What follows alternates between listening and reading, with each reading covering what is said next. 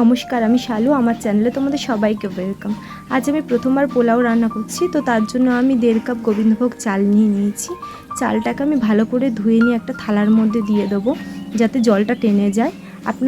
তোমরা চাইলে এটা একটা পেপারের মধ্যেও দিতে পারো। আমি পেপারে দিইনি, আমি থালায় দিয়েছি। আরেকদিকে আমি কড়াইয়ের মধ্যে ঘি গরম করে নিই, তার মধ্যে তেজপাতা আর গোটা গরম মশলা দিয়ে ভালো করে নেড়ে নিচ্ছি। নেড়ে নিয়ে আমি এগুলোকে এক সাইড করে এর মধ্যে আমি 1.5 চামচ হলুদ দিয়ে দেবো। হলুদটা দিয়েও আমি ভালো করে নেড়ে নেবো। নেড়ে নিয়ে তার মধ্যে জল ঝরে যাওয়া আমি চালটা দিয়ে দেবো। চালটা দিয়ে সুন্দর করে নেড়ে নিতে হবে, যাতে হলুদটা চালের গায়ে ভালোভাবে লেগে যায়। নাড়া হয়ে গেলে আমি এর মধ্যে আদা বাটা দিয়ে দেবো। আদা বাটা দিয়েও আমাকে ভালো করে নেড়ে নিতে হবে।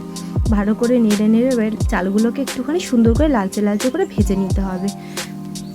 ভাজা হয়ে গেলে আমি আরেক দিকে ডেকচির মধ্যে, যেহেতু 1.5 কাপ চাল নিয়েছি, তার জন্য 3 কাপ আগে জল নিয়ে নিচ্ছি। জল নিয়ে তার মধ্যে চাল, কাজু, কিশমিশ এবং নুনটা দিয়ে আমি ঢেকে দেবো 10 মিনিটের জন্য। 10 মিনিটের জন্য ঢেকে দেবো। তারপর 10 মিনিট পর ঢাকা সরিয়ে আমি চিনি দিয়ে দেবো। চিনি দিয়ে আমি আবার ভালো করে নেড়ে চেড়ে পোলাওটা ঢেকে দিতে হবে আরও 10 মিনিটের জন্য। 10 মিনিট পর ঢাকা সরিয়ে দেখলাম হয়নি, তো আমি আরও 5 মিনিটের জন্য রেখে দিয়েছিলাম। তারপর আমার পোলাও রেডি হয়ে গেছে। আজ আমাদের নিরামিষ, ওই জন্য চিকেন মাটন কোনো কিছু দিয়েই খাবো না। আজ আমরা 5 রকম ভাজা করেছি, আর আলুর দম করেছিলাম, কিন্তু সেটা দেখানো হয়নি।